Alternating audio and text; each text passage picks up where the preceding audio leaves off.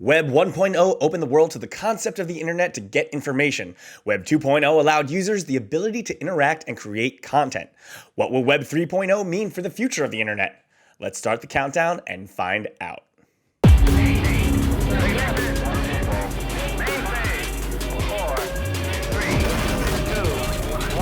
Welcome back to the Investor Place Launchpad, where we take a look at trending investment ideas and try to rocket them to the moon.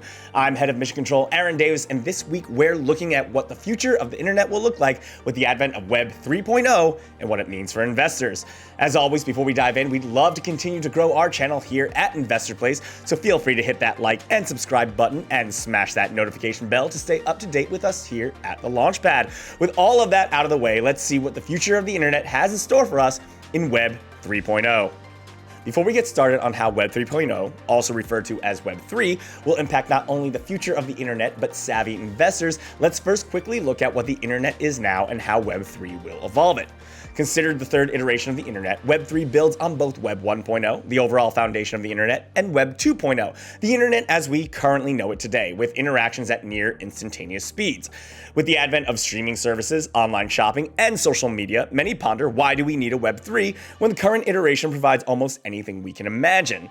One of the biggest criticisms of the internet in its current state is in regards to who holds the power over the internet. While big companies like Meta and Alphabet offer huge conveniences, they also illustrate who controls the digital space, with platforms like Facebook facing controversies as to the content they showcase and the immense reach that content can have. In addition to collecting immense data of its users, it begs the question, how do we equalize the power of the internet?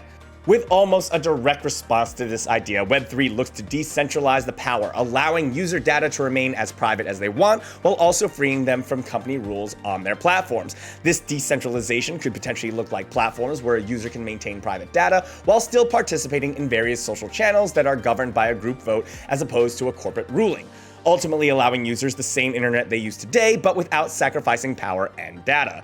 While this all seems like a sound evolution to the internet, opponents like Elon Musk argue that the movement has no real vision to make it more compelling than what we experience today. While this may deter a rapid adoption of Web 3, many believe that there will be some sort of meeting in the middle, with bigger corporations integrating the concepts and ideas of Web 3 into their own businesses, if for no other reason than maintaining relevancy.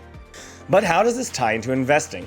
One example occurred this past November when Reddit co-founder and head of venture fund Alexis Ohanian announced a partnership with the Solana Foundation. This partnership commits $100 million to the growth of decentralized social media projects on the Solana blockchain. Ohanian's enthusiasm for the project was clear when he announced a $50 million commitment, only to double it on stage. Ohanian stated, "With a high-performance blockchain like Solana, there is an unprecedented opportunity to fuse social and crypto in a way that feels like a Web 2 social product, but with the added incentive of empowering users with real ownership." While not a guarantee of success, the announcement saw Solana trading at $244, up 11% that week and 56% over that month. Finally, Investor Place contributor Josh Inamoto broke down 7 Web3 stocks to buy if you're betting on a blockchain-based internet. Inamoto looked past the concept of blockchain and decentralization to also look at technology and economics of what will fuel the Web3 revolution. Some of these companies are indeed bigger, well-known companies, but Inamoto argues that any company that promotes or benefits from decentralized protocols qualify as potential investment winners. Inamoto suggests Nvidia, Advanced Micro Devices, IBM, Fastly, Coinbase, TE Connectivity, and finally, Sociedad Química y Minera de Chile as some potential Web3 stocks to consider. While many of these stocks make sense, Sociedad Química y Minera de Chile is certainly the outlier.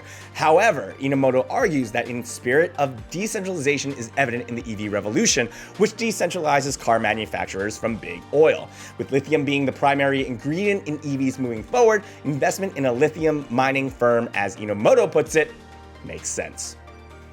Web 3 is certainly on the horizon, with many chomping at the bit to make money while also creating a freer, decentralized internet. But what do you think? Is decentralization the future of the internet? Do smaller projects have a chance against the established norm? And what do you want from a Web 3 internet? We'd love to hear your thoughts in the comments section below. Well, that's all we have from the Launchpad this week. If you'd like more insights like this and more details on some of Inamoto's picks, head on over to investorplace.com, where we release articles daily. And as always, check back with us here at the Launchpad, where we will continue to look for trends like Web3. And as always, try to shoot for the moon.